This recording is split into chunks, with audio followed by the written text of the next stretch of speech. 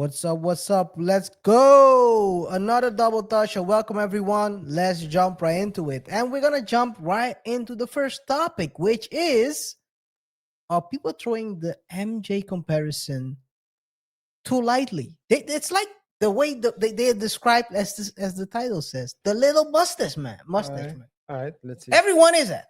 Okay. You tell me, RJ. You tell me. Fair use. What is motherfucking name is?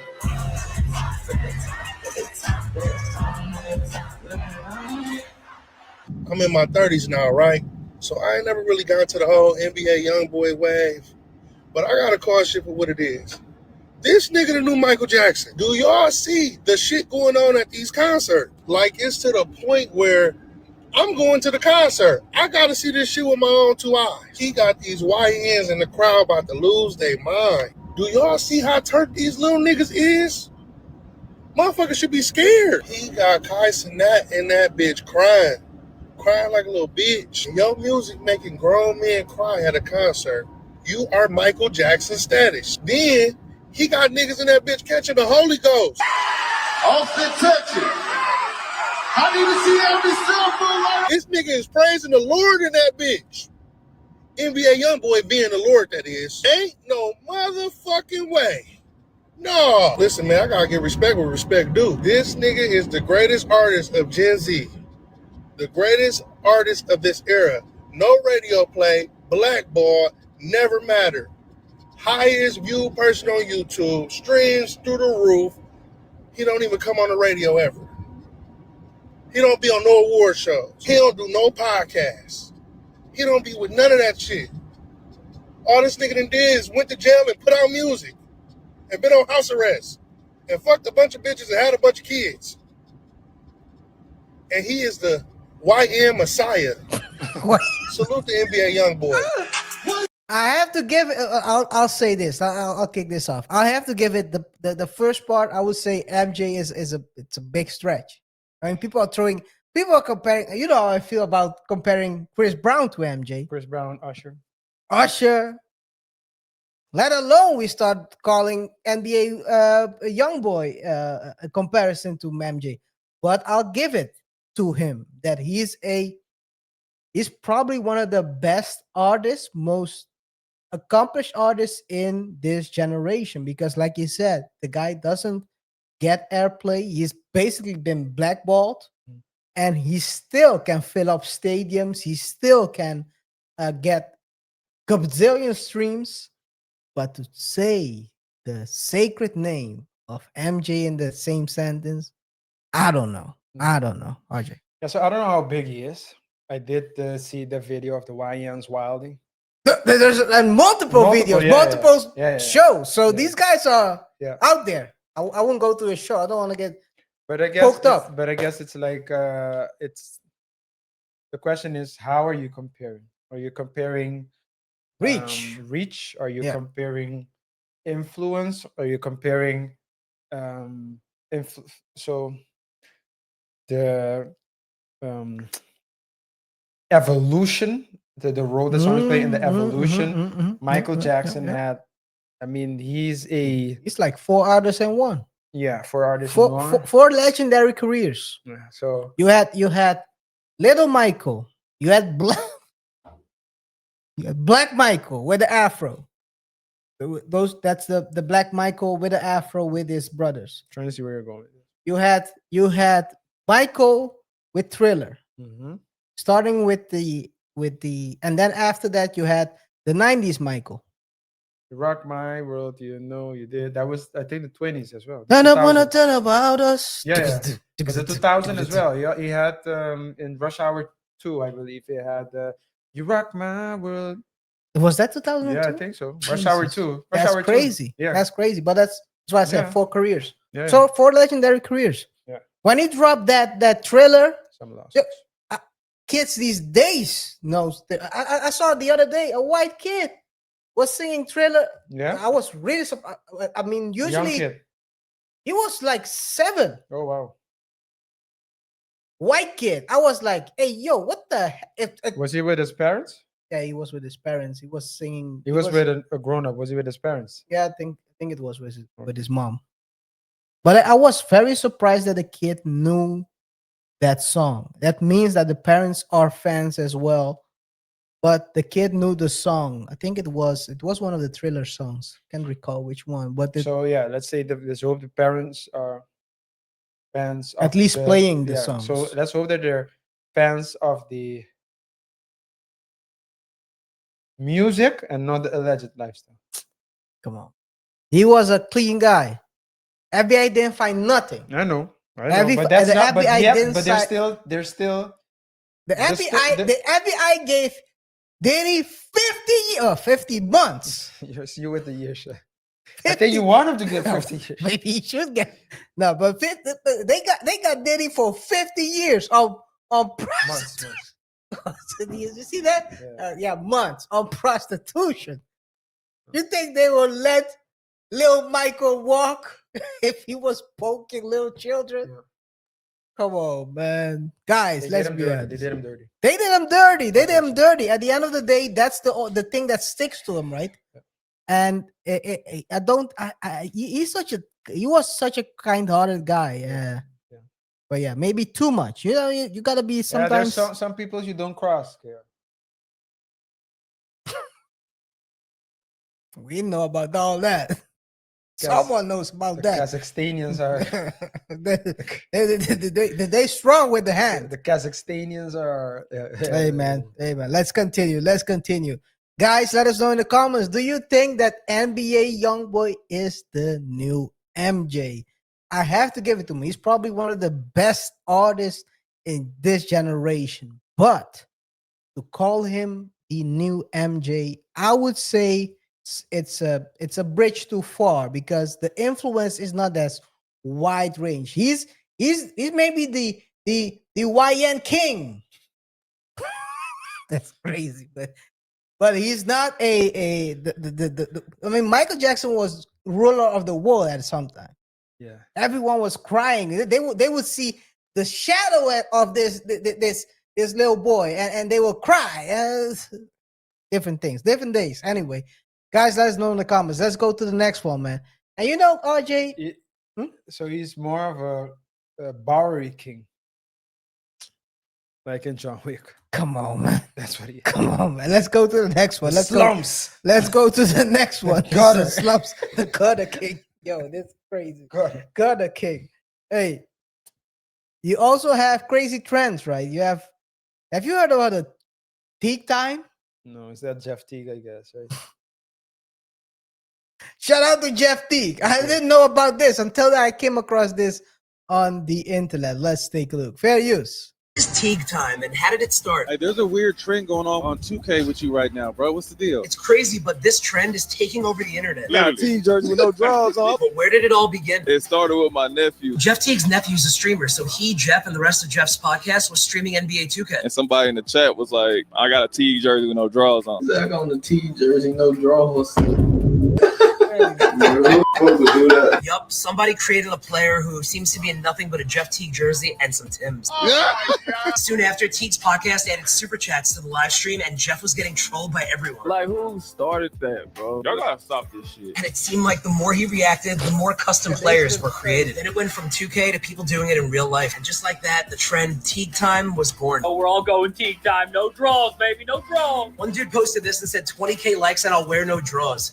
Did 120K. And dude certainly stayed true to his word. Bro, Jeff Teague jerseys have never been hotter. One seller even messaged a buyer asking why everyone's buying up his Jeff Teague jerseys. Buyer responded, just trying to go Teague time, no draws. Nobody buy a Teague jersey. But this way, y'all want to start buying Teague jerseys because y'all don't want to wear no draws. Yo, the Atlanta Hawks posted it. You can't make this shit up. Hawks, why y'all post that shit? Your team. So did the Celtics talking about back to school fits. I don't know who created this 2K cover out there, but it's hilarious. People have even created tutorials on how to create your own Teague time player on 2K. This is crazy, man. And it's even evolved to people posting random NBA jerseys with the Teague time fit, no draws. I don't know what's going on. So what are your thoughts on this new meme taking over the internet? But regardless, if you see people rocking this fit on Halloween night, just know that they're not crazy. It's Teague time, baby. I don't like that one. So what is this? Is crazy, RJ. This is one of these trends you say I would rather not know that it exists. Imagine your claim to fame was not your basketball career. Ninja's wearing A ninja. your shirt without without drawers. drawers. Swap pants. You want to swap pants? You want to swap pants? Swap pants with me. Swap pants with me. Yo, that's Yo, crazy. this is crazy. Jeff Teague is out here. Niggas airballing. This is crazy. Hey, what the heck is going on with people, man? Hey, imagine, you know how uncomfortable that should feel if you're walking around with a basketball shirt on your knees like a dress. Come on, man. It's going Teague out. Let me ball out. Let me ball out. Somewhere in the video they said that he was wearing. So in 2K, I think they make him wear the jersey. Yeah. With Timbos. Timberlands. That's crazy, yo. That's crazy. That's crazy. Hey, yo, this is one of those things that you gotta give it up, man. Jeff, I think the internet is definitely a crazy place, but Jeff, you gotta give it up, man. You gotta accept what the internet gives you, even though you claim to play in a couple of generations. They won't know Teague from NBA. They know Teague from Teague time. Damn. Hey, man, it's crazy. Yeah. It's crazy. These guys are crazy. Ajay, anything else? Nothing else, man. Let's go to the next one. Where there is a way, where there is a will, there is a way. This is a comment that, well, not a comment. Well, I'm trying to look for a joke, but I couldn't find it. Something with if there's a way, there's a will. So what you just said, you want to set me up. And will, I wanted to say will as in like the testament, right? But there's a way, but I couldn't find anything for will, so I can use as a joke. But yeah, go ahead. So I was just laughing to myself. Yeah. So this was a headline from New York Times: how labeling cartels terrorists could hurt the U.S. economy. Isolating U.S. companies from cartel activities could be almost impossible given the criminal groups operate in sectors like agriculture, tourism, leaving some American businesses vulnerable to sanction. And that's basically not the main point here. The main point is the next part, which is Najib Bukele. For those who don't know, he's a president. And he's a very well-known guy. El Salvador, right? El Salvador, yes. For those who don't know, this is where the people are getting deported. But he had something to say about it, because this is an old video of him, which I've had this one for a long time. But when I saw that main headline, he responded on it. Been there, done that. Let's take a look at what he had to say. Oh, by the way, I can change back to. Yep. Ellos me dijeron, textualmente, me dijeron, tú sabes que no for those who can't read, there is subtitles there. So he's talking in Spanish, but the subtitles in English. Listen to what you said. Yeah, I said. Yes, I know. For those who can read their subtitles. Yeah. That's what I said. Yeah, I know that I said it. I said it on purpose. For those who can read, good luck. It's in Spanish. Work on your reading. If you can read and understand Spanish, you have a problem. Yes. Good luck. Skip to the next one. Yeah. Skip to the next section. Ellos me dijeron, textualmente, me dijeron, tú sabes que no puedes acabar con el crimen de un solo. Yo le dije, ¿por qué? Y me dijeron, no por la capacidad técnica de acabarlo, sino por el golpe en la economía. Y yo le dije, ¿cuál golpe en la economía? Bueno, ¿cuántos pandilleros tienen? Y el 70,000. Son 70,000 empleos. Porque esa gente que gana dinero de manera ilícita está mal, pero luego ese dinero va al hogar y luego el hogar lo gasta de manera lícita. Ese hogar compra pañales para los bebés, comida para los niños, paga alquiler, luz eléctrica, teléfono, cable, internet, ropa, cerveza, la motocicleta, gasolina, saldo de celular, etcétera. toda esa economía se va a caer de un solo y no va a haber una economía paralela legal que lo reemplace a la misma velocidad. Entonces hay que acabar, me dijo él en ese tiempo, con el crimen poco a poco para que la economía poco a poco vaya compensando la economía criminal. Ese tipo de teorías que suenan bien para los intelectuales no aplican en la realidad. La realidad es que el crimen es crimen, punto. Y si uno lo permite, siempre van a ganar ellos en la guerra de los incentivos. Porque si viene alguien, un joven, y dice, bueno, yo no tengo muchas oportunidades, voy a vender tomates en el mercado. Vender tomates en el mercado debe ser duro. Para empezar, no es algo divertido, no es algo de lo que me siento orgulloso. Tengo que ir, cargar los tomates en el sol, llevar, venderlos, estar en un lugar tal vez no en las mejores condiciones, vender los tomates, se me van a arruinar, el producto ni siquiera es mío, tal vez lo tengo en consignación, si me arruinan me los cobran. Al final logro vender y me logro ganar $5. Y luego voy camino a la casa, llega el pandillero y me dice, a ver mis $5. Entonces, el incentivo está sobre el joven para ser pandillero y colectar los $5 y no ir a vender tomates para tal vez ganar $5 para dárselos al pandillero. Entonces, nunca se va a ganar la guerra de incentivos. Entonces, nosotros entendimos a la fuerza y con golpes que la única forma era ir tras el pandillero y arrestarlo. No para castigarlo, sino para sacarlo de la sociedad. Él tiene que estar fuera de la ecuación. Él no puede llegar a cobrar. Entonces el joven ya ahora piensa en sus nuevos incentivos y dice, bueno, ¿qué hago? ¿Me hago pandillero para que me lleven a prisión? ¿O mejor me pongo a trabajar y gano dinero que ahora nadie me va a quitar? Entonces ahora ya puede conseguir novia además, porque ya la novia ya no es con el pandillero. El punto es de que ya los incentivos de la sociedad están hechos correctos. Y yo le decía a la persona de la multilateral, nosotros entendemos que vamos a pagar un costo económico por acabar con el crimen, pero yo le hice la analogía de un paciente con cáncer. Si a mí me dice, mire, usted tiene un cáncer grande, con metástasis y todo, pero es curable, pero necesitamos hacer varias cirugías, quimioterapia, radioterapia, inmunoterapia, y después usted va a salir mal, bien desmejorado, pero sano. Y luego usted puede ganar peso y volver a recuperarse. Yo escogería esa opción.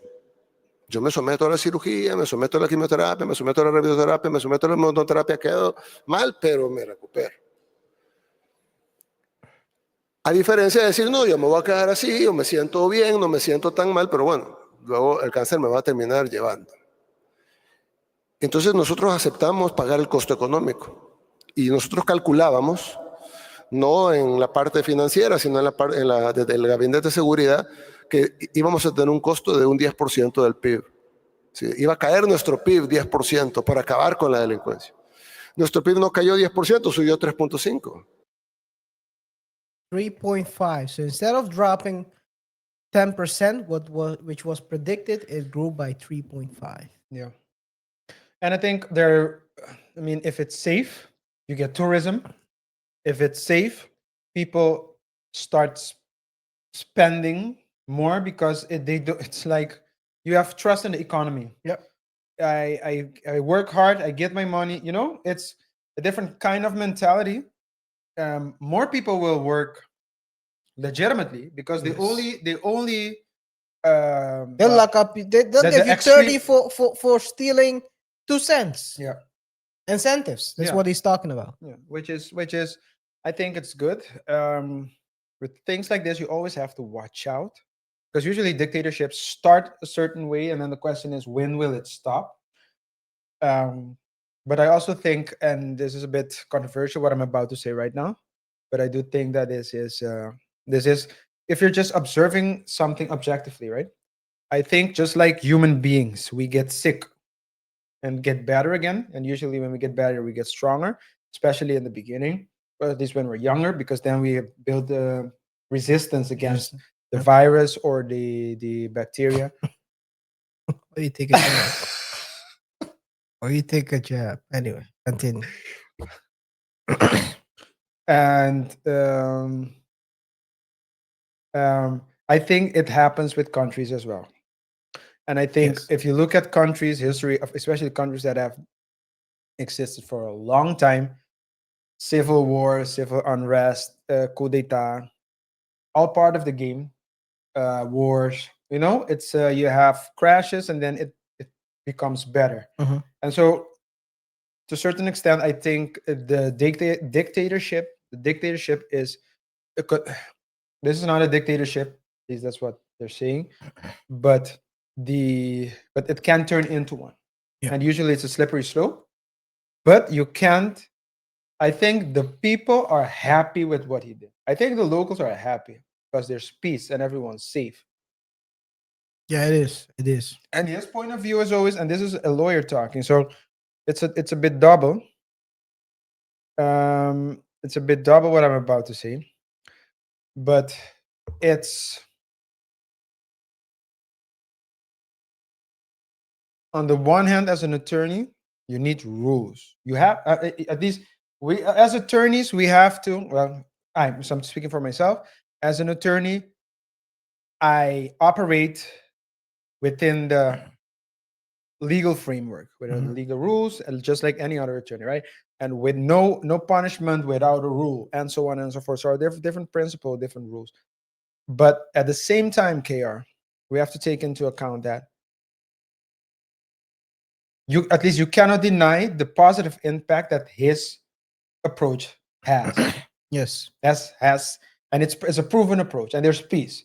So it's a bit double. I do think that it's not. It's not. Could be considered extreme, to be honest. Yeah, it's extreme. I think it's also partially against the law but what he's saying is no, we're not. We're detaining them. We're not locking them up, but we're detaining them. But they're not in prison; they're in jail. Yeah, that's what they're saying. We are removing the cancer from the body in order for the body to. Yeah. Hey, again, results prove the point. The results are the country is safer, economy is growing, the tourism is growing. At the end of the day, it's results that count, not theoretical BS. And not saying that's what you're saying, but at the end of the day, people are gonna be theorizing, well, what should be happening. And at the end of the day, a lot of these theories end up in nowhere, because if you can see, they apply these theories in most of these Western countries, and it's not working. Obviously, crime is increasing. People are doing weird stuff, and all that other stuff. So I would say improving is one thing. You have to sometimes you gotta take a hit. You have to take a hit in order to move forward and move in a better place. And he made a choice. They made a choice, and like you said, sometimes this is how dictatorships start. I think they changed a couple of rules locally there to extend the terms. But the thing is, as long as he's doing it for the country and the country is improving, you have to make a choice. Either you choose freedom and everyone is not safe, or you choose for him, which can lead to a more safer state. Yeah. But you'll have him for a long time. Yeah. So I think at the end of the day, okay, what you want as a citizen. So we're all citizens of a country, and as a citizen, you want to live in a place where you're safe and at peace. Yeah.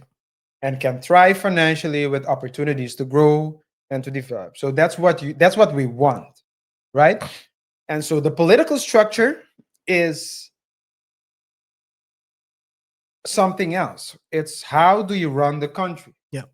And the reason why democracy is preferred over a dictatorship is because with democracy, the people. That's what they say.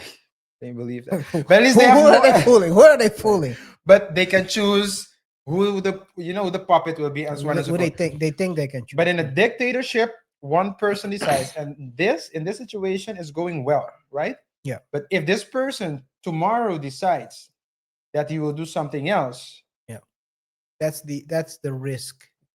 Yeah, and that in a democracy where you have opposition, you have that pushback. But in a dictatorship, you don't have that. So it all goes well until it's not. To be honest, I'll say this, and this is, but we can then close it. We can close. You can close it after that if you want to. The cycle of 4 years, I think that's, if you look at it statistically, it's way too short. I think so too. And it's not. If you want to change things, it's too short. Yeah. Maybe that's on purpose, so no one changes the status quo. And that goes back to the question who is voting and who has a choice.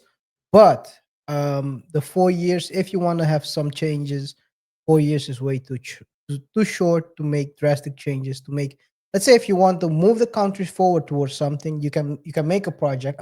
Usually, because if it's a government body, projects move very slow compared to other types of companies or regular companies versus the government. So it's a problem, because if they pass that project to another, let's say, coalition, they probably will drop it because it's not by them. So you spend 30 million, 40 million on a project, and then they drop it like a bad habit. But then that's a difference, for example, in if you compare to the United States, for example, where you have you can do parties. 2 terms. Yeah, but you can also do 2 terms of 4 years. Yes. Whereas in a lot of European countries, you can get it re-elected every 4 years, as long as you're doing a good job, because there are more parties, there are more variables. Max. There's a max. Is there? Off? But you can if the, it's not 4. I know that. If the and coalition, on the it depends on the country, but if the coalition falls before the 4, that's how you can extend it to 12. If the coalition falls before the 4, because you keep getting elected every time, that's when you can circumvent that. I think it's max 8. You can if it keeps falling, like in the 3rd term. So you lose a majority. Yes. If the coalition falls and there is a new election, you can't trust politicians. You can continue. They were always falling at the end. Yeah, they always fall almost at the end. Let's say. So there are ways to circumvent that situation. Anyway, guys, let us know in the comments what you think. Do you think the way Najib is solving this problem is the right way? Let us know in the comments. Let's go to the next one, man. Big beef, fair use. Mr. President? Yeah. I know what you said, but there's an urgent phone call. Tell him I'm dead. No, you don't understand. I dead. Fine, I'll tell President Maduro that you no longer want to speak to him. Thank you so much. No. I'll take that. Okay. Right away, sir. DT, who this? Come on, cut the game. You know exactly who this is, man. You got submarines and war machines outside my house, money on my head. You know who this is. Wrong flag. You got to be more specific than that. It's Duro, Venezuela. Drug dealing Duro. What you want, little dog? Bro, stop calling me that. I don't deal drugs. Why you keep saying that, man? Why you selling drugs on my block? All the drugs coming through your block is from Colombia. It's from them boys down the street. It's not us. They coming through your trap. They coming through your country.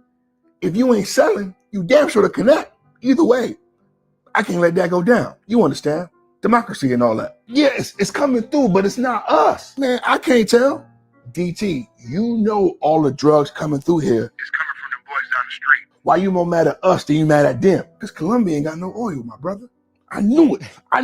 It was about oil the whole time. Just admit it. It was never about drugs. It's been about oil. Just be a man and say you want the oil. Whoa. Did y'all hear me mention oil? Did you hear me? Ain't nobody on this phone mention the oil. But since you mentioned it, since it's your idea, what's up with it? No. Ain't nothing up with it. You can't have it. I'm willing to die for that. I'm going to stand on business. I ain't gonna lie, Duro, the drug dealer. That don't sound very democratic of you. What that mean? It sound like you need some democracy over there. Nah, man, we straight. No. You need to go. I can hear it in your voice. You tired of being president. Talking about y'all democracy. Need some democracy over there, and allow me to bring y'all some democracy. I can't wait. I'm gonna see y'all soon. I'm gonna holler at you. Hello? I said we straight. We good. We don't need no democracy. Hello?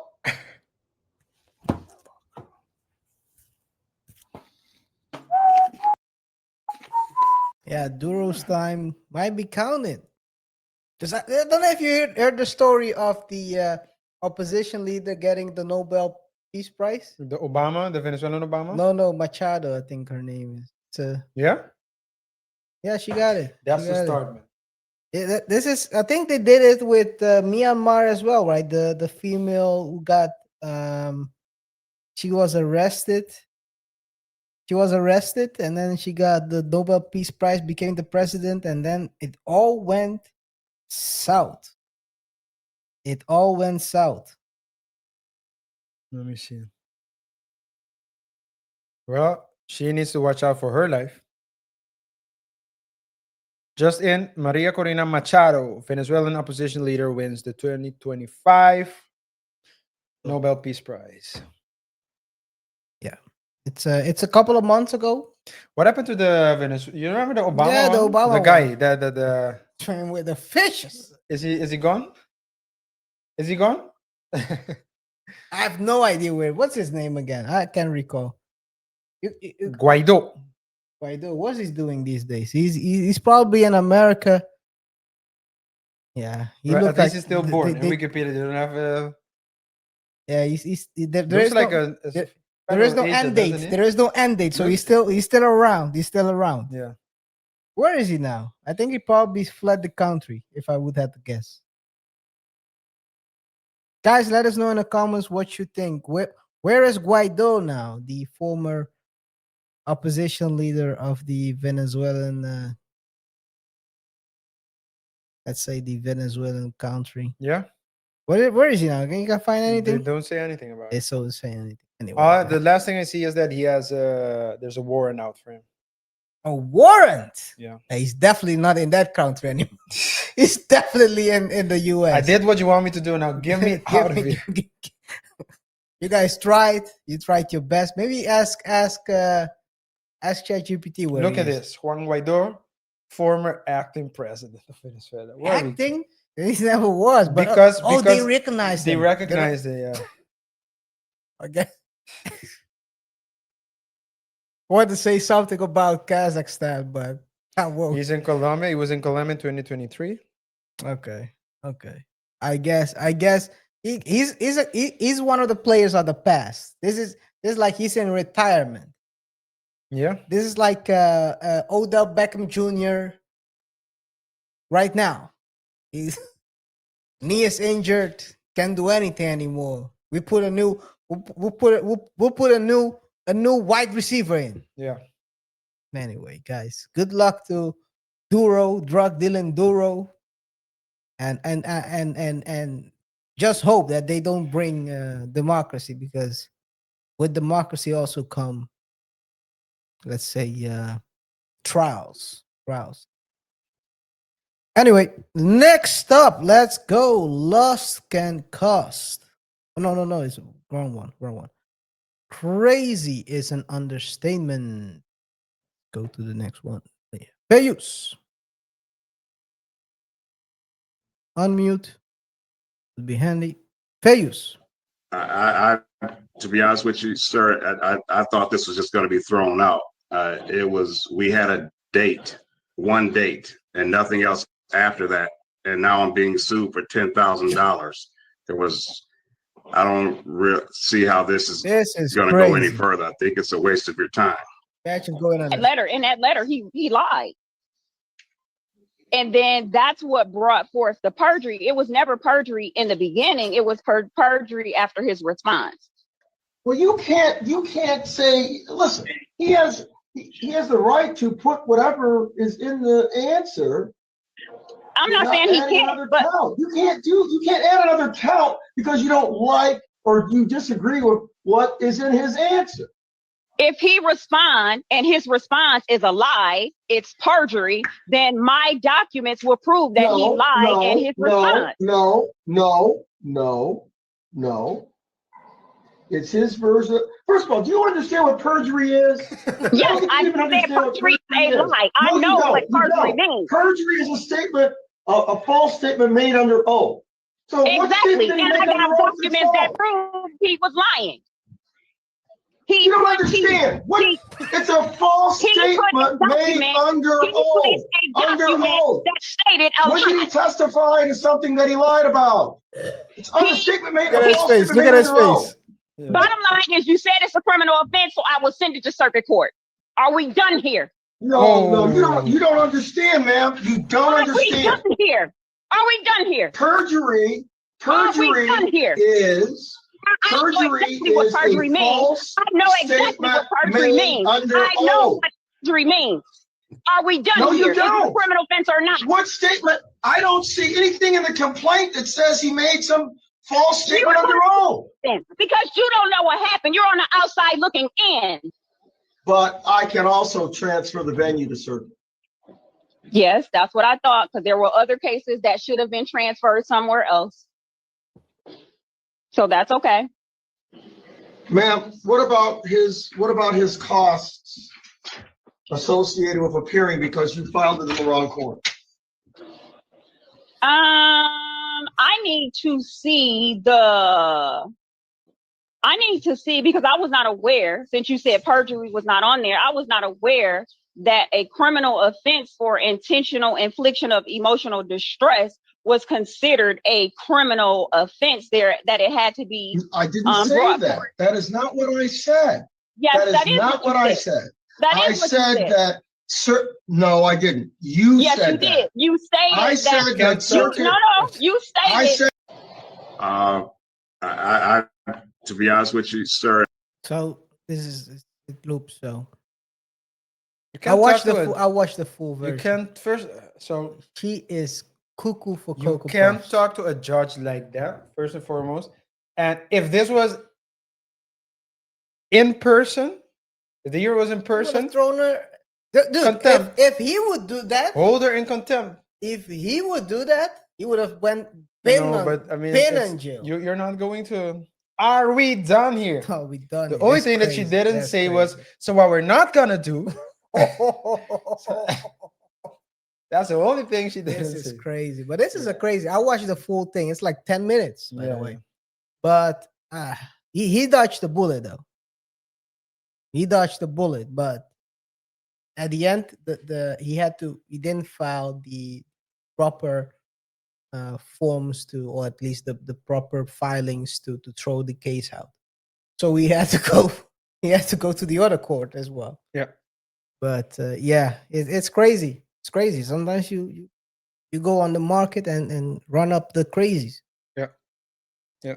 Crazy. I can understand that if this was in person, if the year was done in person, this never would have happened. It never would have gotten this far. She would have been thrown in contempt because you can't talk to a judge like that. That's an official of the judicial power. You can't be talking like that, like you're fighting with a cousin or you know with your your ex's baby mama. You can't be talking like that, man. It's crazy. She went off for like 10 minutes. Yeah. This is just a small part. Okay.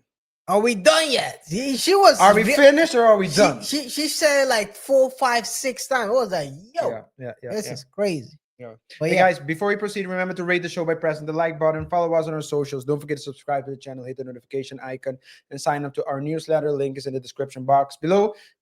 Guys, we keep asking you time and time again, comment, share thoughts and opinions so we can exchange thoughts and ideas with one another. What's next, KaiR? Yes. Let's go to the next one, which is the Polk County Sheriff's Office is at it again. We've covered them in the past. Yeah.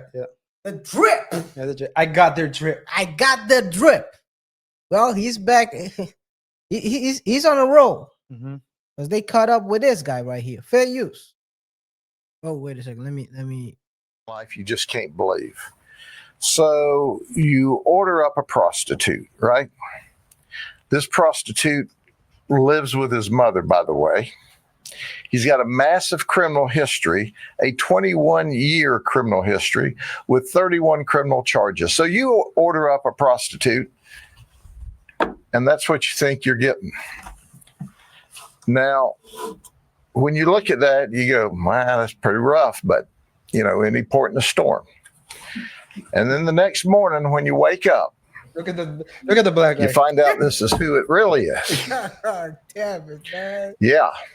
We call that coyote ugly. Coyote you ugly. See, he's laying on your arm in bed. You go, well, it was rough last night, but I've sobered up. I think I'll just chew my arm off and ease away so I don't disturb him or wake him up. All right, so you think you're buying this, you're getting this. He's got 31 criminal charges, and heck, if you're lucky, he doesn't kill you overnight. There's things in life you just can't believe. Crazy. This is crazy. But the guy in the black, in the back, the black guy in the back. Yeah, he was trying to play it again, just so you can see the guy trying to hold his from the composure. Yeah, from the start, he was laughing because he knew what he was about to do. Let me zoom in a little bit more. Look at the comment. If you scroll a bit to the right and a bit below. So yeah, that one. The yeah, that one. She says, deputy in the back needs a raise. He's back there fighting for his life, trying to keep a straight face and made it through. Well done, sir. Okay, let's play it. Let's play it. So you order up a prostitute, right?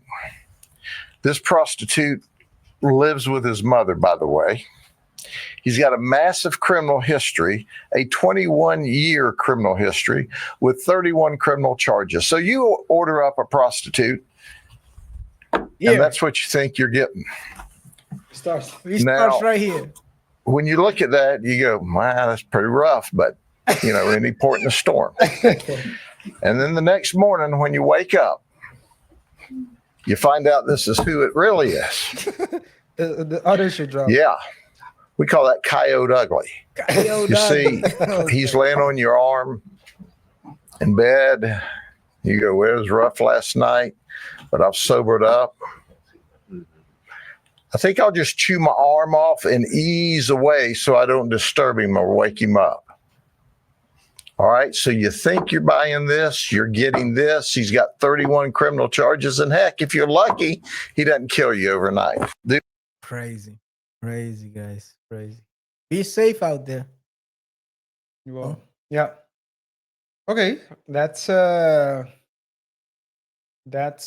really coyote ugly. Yeah. Both versions. Oh. The night version and the day version. Both. Yeah. Hey, man. It's rough. Anyway, don't end up like Tate. Megan Fox. Megan Fox looking.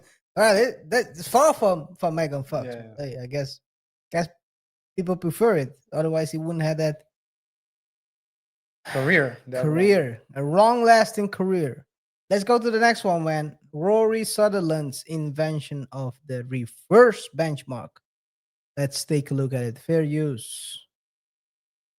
Invented a concept which I think is really useful for every business, and it can be stolen from a brilliant guy called Will Guidara. He tells the story of how he took 11 Madison Park from number 50 in the world to number 1.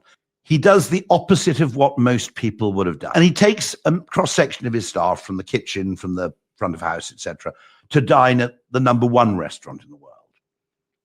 At the end of the evening, Will Guidara says something really fascinating. They're all talking about what was good about the experience. And Will says, I'm not interested in any of that. I'm not interested in copying them. I want to know what about the experience was slightly disappointing. And then I'm going to double down on making the 2 things this restaurant was disappointing about utterly brilliant. Don't ask what your competitors are good at and try and copy that. You should optimize for attention. In other words, make a difference where people notice. And where you get attention and surprise is in doing something that nobody was expecting.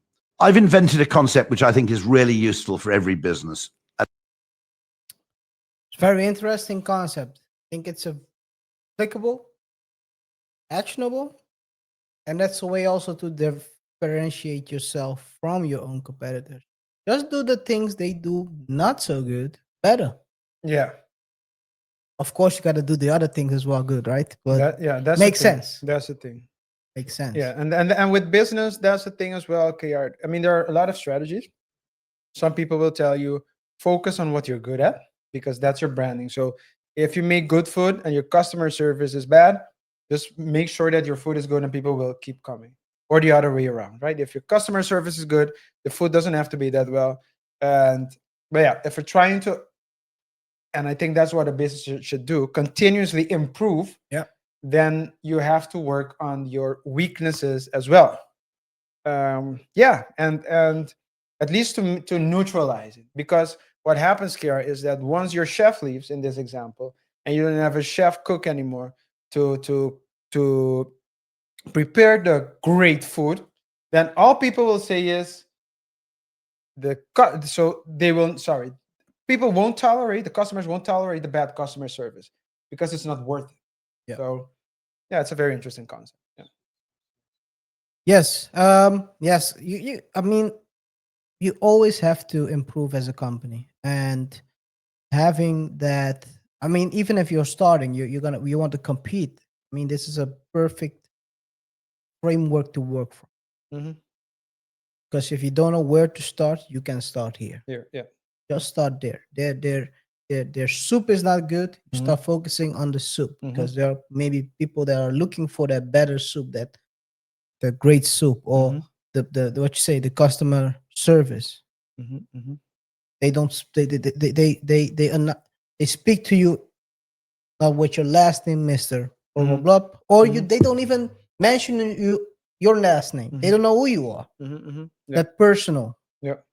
Stuff like that. Small things. Small things make the difference. Okay, guys, let's go to the next one. Who's your daddy goes wrong? How could it go wrong? Who's your daddy goes? Yeah. Saying to a girl, who's your daddy? How can it go wrong? Some women have a problem with that, right? Because their daddy is their dad, and then they're like, no, what's yeah. Okay. Let's take a look. They use. My wife just found out she's adopted. She's devastated. She kept asking, why didn't they want me? I comforted her, and after a while, still crying, she asked me to make love to her, which led to more tears. On reflection, banging her from behind and shouted, who's your daddy?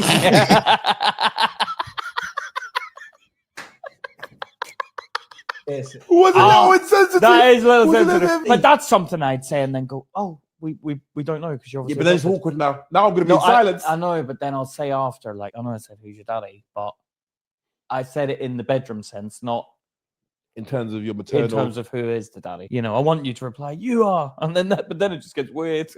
No, your real daddy. I've always found it a bit weird. It gets a bit weird, but you've got a daughter as well, so it must be super weird. All right, calm down. I'm just telling you. No. I'm telling you, it is weird because you've got a daughter. No, it's not weird. So if someone in the bedroom goes, who's your daddy? Like, I am your daughter and her sisters. That's far-fetched. He's going. That's far-fetched. Who's your daddies? Who's your daddies? Who's your daddies? My wife just found out she's adopted. Man. They had it. They had it, overplayed and it. They overplayed it. They had the punchline already. You don't have to search for that. It rolls out naturally. Yeah. Like it always does with me. But then he's mad when I drop the hit. I drop it. Yo, you guys, I drop it and then pass the ball to him. He's like, yeah. KaiR usually says something crazy, and then so he says like a wild statement. Then he says RJ, like, and I have to follow the wild statement up. oh man, hey, let's go next one, man. This is going to be about starting companies, man. AI startup raised $3 million pre-seed round. How is that going to work? Let's take a look. Fair use.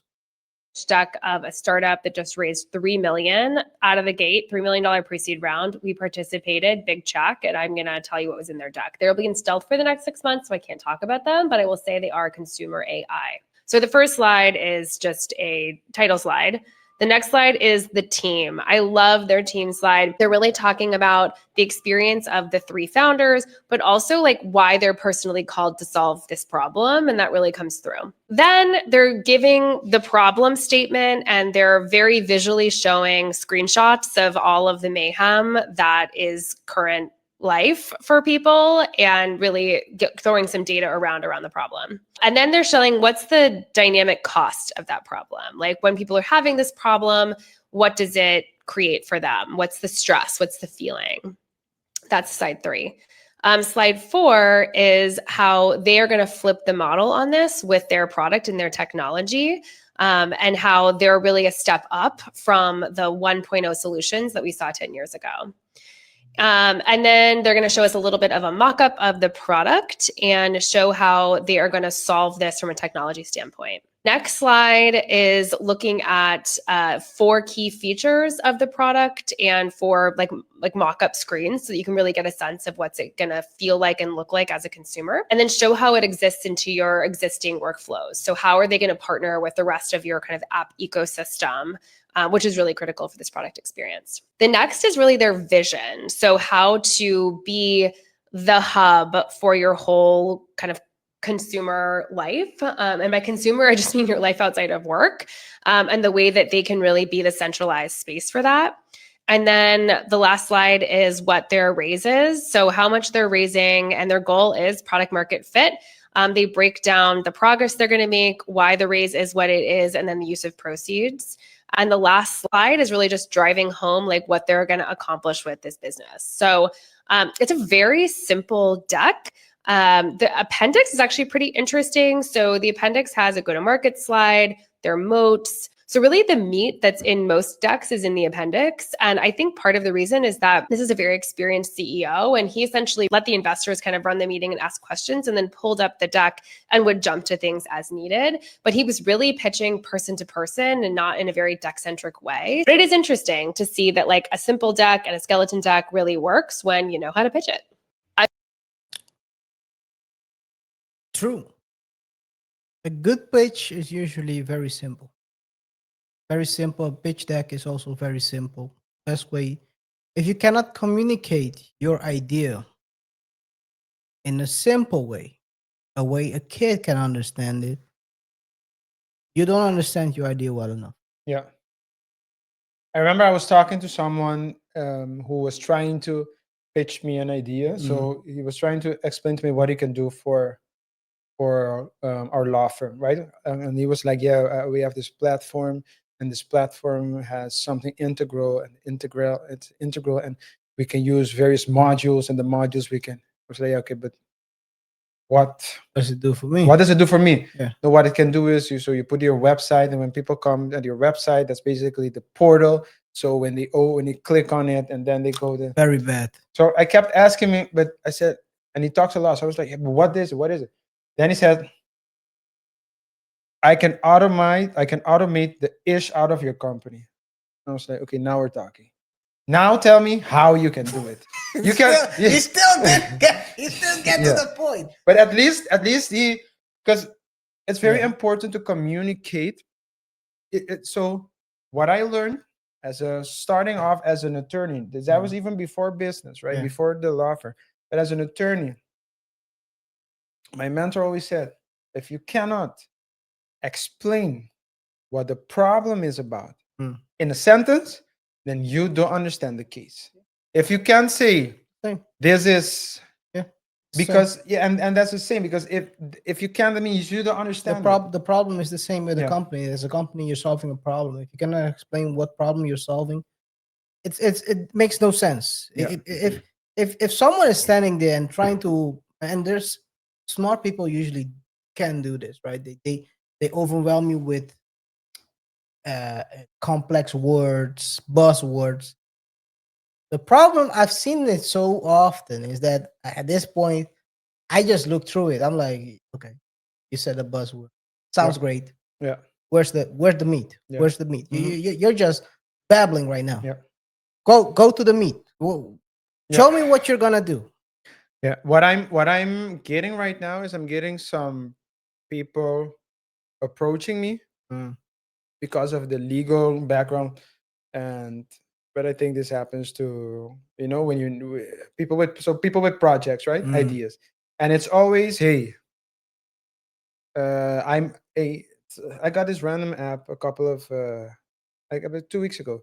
Hey, I want to invite you for a coffee. I watch one of your videos. I want to invite you for a coffee. Those are the worst. I said, I'm gonna waste your time for you. Yeah, I said my schedule doesn't permit it, which is true. Yeah, my schedule doesn't permit it. And it's Those like, are the okay, words. I wanted to talk about how we can combine. Bring value first. But listen, how we can combine, how we can combine, how we can combine, how we can work together to give the people free information.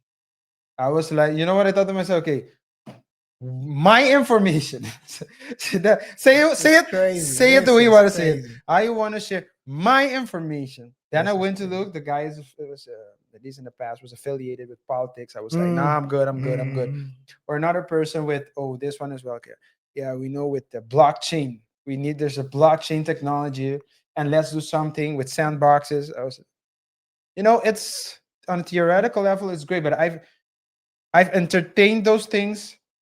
I think the last time was like 7 years ago, and I always end up wasting time and energy. And it's always it's always what they can take from me. But what's the benefit? What's the benefit? I mean, that's the only thing. When those, I'll give a short description with that coffee stuff, and then we go to the next topic. Yeah. When you're asking for someone to drink coffee, add value first. Yeah. When you're gonna drink, don't ask them, let's drink coffee so I can pick your brain. That's what, yeah. Oh. He said, let me pick you. Yeah. Pick cotton. KaiR. You're sounding like Serena right now.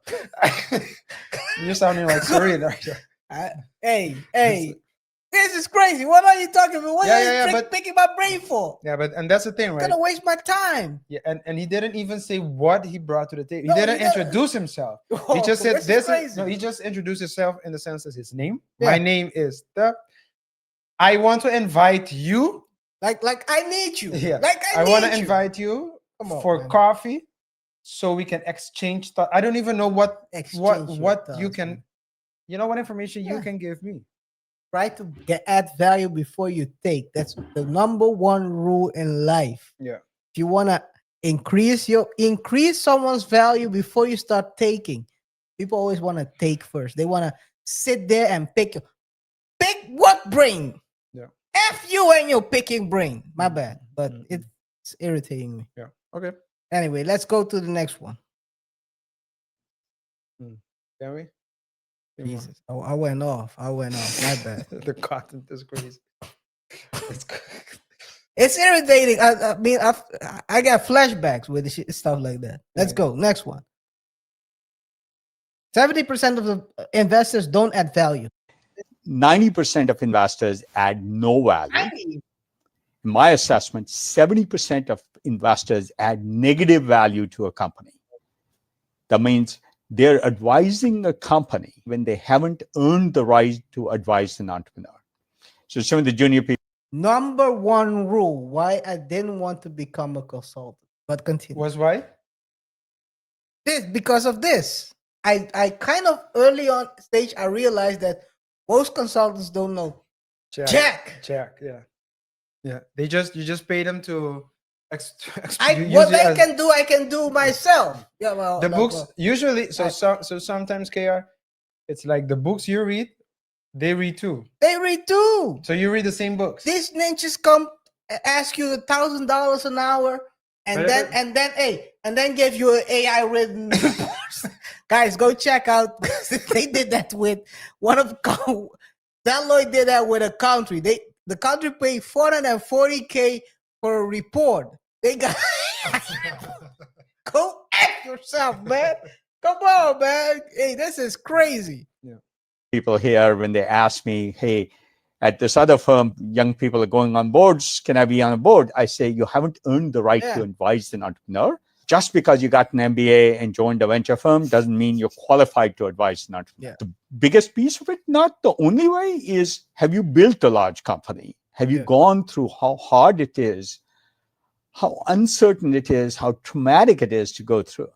I mean, just this morning, I was talking to somebody about how many times we almost worried about making payroll at Sun. How many times? Going bankrupt. Plenty of times. Like more than 2. Yeah, I think there was probably a month or two when the earliest I went home was at 3 a.m. And the latest I was back in the office was 7 a.m. Unless you felt that gut-wrenching decision, you can't advise an entrepreneur. I hate board members who sit in a board meeting and say, oh, can you improve quality? And then 5 minutes later, can you ship faster? And 5 minutes later, spend less money. Yeah. And they've never gone through really hard trade-offs and how uncertain it is. If somebody's never dealt with this decision-making under ambiguity, and they're in a big company, they're not qualified to help you. If you have a marketing problem, do you ask somebody who's done marketing at IBM? No. They've never dealt with things Yes. where market isn't established. It's incremental year to year, 5% improvement is what they're shooting for. They're not qualified to invent whole new markets, whole new approaches to markets. Whose advice to trust on what topic is the single hardest decision an entrepreneur makes. It's also where the right investors can really help you. I had an argument just last week with another co-investor. In a healthcare company, they wanted this healthcare person who had never dealt with change beyond 2% a year. And I'm like, experience doesn't matter. The rate of learning matters. First principles thinking matters. Pick for the best athlete, not the person who's the most established wide receiver who knows how to run one pattern and one pattern only. He's on the money. He's on the money. But it's difficult, KaiR. It's difficult because, well, some people position themselves as accountability partners. So you pay them, they help you, they have some sort of experience, and then you pay them, and then they'll say, okay, what are the goals? You'll say what your goals are, and they'll just hold you accountable. So did you meet with your team? Did you reach your goals, etc.? Which I guess would be something else. But yeah, I mean, running a business is uncertainty. It's uncertainty. It's sleepless nights. It's making sacrifices, putting others before you. So I always find it funny how people. So I think everyone has a strategy, right? Some people's strategy is margin, so they go for the marginal. Yeah, they don't care if the quality is bad. They're not going to invest in new furniture because it's going to affect their margin. So, and that's one way to do it. And when you're doing margins, then you can enjoy the fruits of your labor from an earlier stage, right? When you're building, when you're sacrificing the now for later, by the way, everything has its risks. So it's not like a right way or a wrong way. Yeah. But the other strategy where you say, no, I have to make sure that everyone around me is well taken care of, and then I will reap the benefits. That's a big risk. It is. But high risk, high reward. High risk, high reward. But it can also go very wrong. So you need to also make sure that the person that's advising you, aside from experience, can also advise you on your strategy that you want to take, and tell you as well, this strategy doesn't work, or you need to watch out with this, or we tried this for, you've been doing this for 26 years. It's time for you to make some changes. But you need to it needs to come from a place of experience and understanding, and not telling you what to do. Experience in the context required. In the context required, Yes. yeah. But a lot of people have opinion. Yeah, they do. So there's two things right here. You said the accountability part, that's totally different. I do think that that's more performance based. Yes, performance based. Yeah. There you have also business strategy, and which is more strategic now.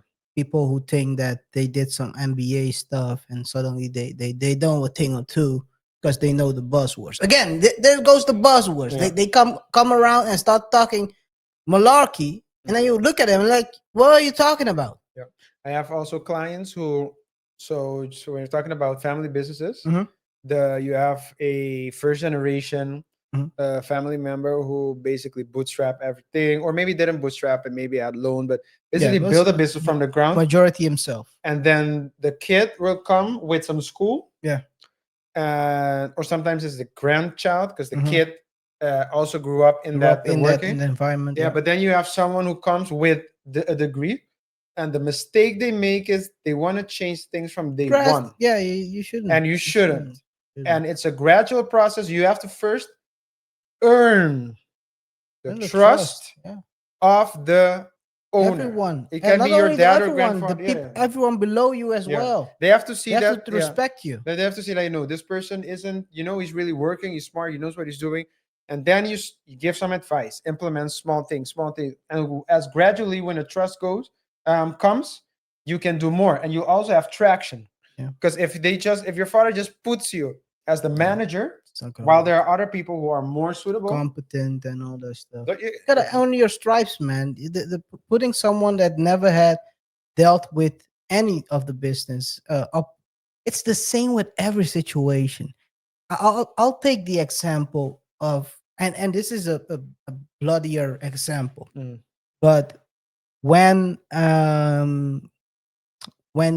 there was in the Gambino family, I think it was the Gambino family, where this is the mafia family in New York. When one of the I think it was the I can't recall his name, but John Gotti. John Gotti is from the Gambino. Can you take a look? I think he was from the Gambino family. John Gotti was a earner. He was a smaller guy, wasn't it, from the Gambino, right? Yeah. Yeah. So you had a can you check out who was the predecessor of him in the Gambino family? Sure. I'll take a look at it. Frank Angelo, I think. Angelo? Was it Angelo? Predecessor, Paul Castellano. Castellano, yeah. Paul Castellano. Paul Castellano was a nice suit, no dirty hands type of guy. They didn't respect him because he didn't put in work. He just came there because he was the son, or and it wasn't a son, a nephew of the former boss. So the workers didn't respect. No one respected him. That's why they popped him. Well, of course, in those types of companies or whatever you call it, mafia, it works different. They remove you off the field. In companies, it works the same, but they cannot delete you. So people will leave the company. They'll work bad. If people don't respect you, they won't work below you. And when let's say you put your kid in places that they have no experience, they haven't shown any way that they are competent. You go there, you put them in a managerial position, they'll start doing dumb shit, and then people are gonna say, "See, I knew it. He's a dummy." He might have a good idea, but he's executing it wrong. You gotta learn how to work first in order for people to understand and accept you as their leader. And a lot of times when people go from, let's say they graduate, they think they know everything. That's usually the problem in most cases. Yeah. Yeah. Hey, man, it is what it is, guys. Remember to rate the show by pressing the like button, follow us on our socials. Don't forget to subscribe, hit the notification icon so you stay up to date when we drop new videos. Yes, last one for today, man. We have the judge is trying to figure out how to apply this. Listen to this one. You'll be surprised. Fair use. Mr. Joseph has run his, I think it's Joseph Tech, for at least the last couple of decades, and he has obviously built up some goodwill and some a marketplace for his business, and they have valued it for just the physical assets, and they have not taken into account, even though Mr. Andrews in his response said that it's exclusively the product of petitioner's knowledge and labor, which does not constitute, and then he goes on to say, does not constitute a marketable value of the business. Well, that does, Your Honor. That is the value of the business, is his brain and his marketing. And this is his sole support and has been for decades for his family of 9. I think it's very relevant because it is a marital property for us to get a good valuation of what this business I mean, how much this business is worth is until we have a good valuation. I can't advise my client on, an equitable and just and fair settlement. I just need, hey, I've looked at the law. Here's a few cases. I guess our position, Your Honor, is that we can make it easy. We will award the business to Ms. Joseph at their value. Your Honor, may I respond? But that kind of proves their point, which is she could take the business but do nothing with it to generate income. Right. That's my point. There's no value to it. She can take the business, but she's not the business. She can't do anything with the business other than possibly sell it. But the worth is in Mr. Joseph's mind and his ability to work. Make him a slave. This is crazy. And I do resent the fact that counsel has said that I'm doing this to delay and to harass. I understand. I don't think he was suggesting that you're trying to delay and harass. He said they're just frustrated with it because this has been ongoing for a very long time. And if the sticking point is paying for it, we would agree to split the cost of the valuation. What she's essentially asking is to value Mr. Joseph as though he himself is the asset. She said that the value is him. He's not an asset, he's the person. But to assign a value to him for earning income is no different from saying that somebody who works and receives a salary should be valued for their salary because they bring in an income. That's not an asset to value. Mr. Joseph. Yeah, that's it. Yo, she basically. I want to sleep. I need a cash cow. I need a cash. He's the cash cow. I'm gonna sell this man with half of the company to someone else for him to work for. And the guy's like, okay, crazy. if you want to share, if you want a company, take it. Take it. Whatever value you think it's worth, take it. Then it's yours. Yeah. But then the company without a person is nothing. Yeah. It's crazy. It's crazy. And the judge was actually thinking about the situation. How can we make this possible? I mean, as a judge, you have to appear impartial. So that's why. So let's take a look if we can make it a slave. So in her there was a small part where she said, but this video is edited, so it's not like one full, but there's one part she said, I believe she asked if she can. I believe she asked the lady's lawyer if she can come up with the law proof articles or case law. Case law, I think it's a nice way to say you'll be tripping. Hey guys, whatever your thoughts are, let us know in the comment section below. If you're still here with us, you're a real one. Rate the show by pressing the like button and follow us on our socials. Don't forget to subscribe to the notification icon, comment and exchange your thoughts and ideas with us. And last but not least, sign up to our newsletter. Link is in the description box below. Been a pleasure. See each other in the next one. Until next time. Peace. Peace.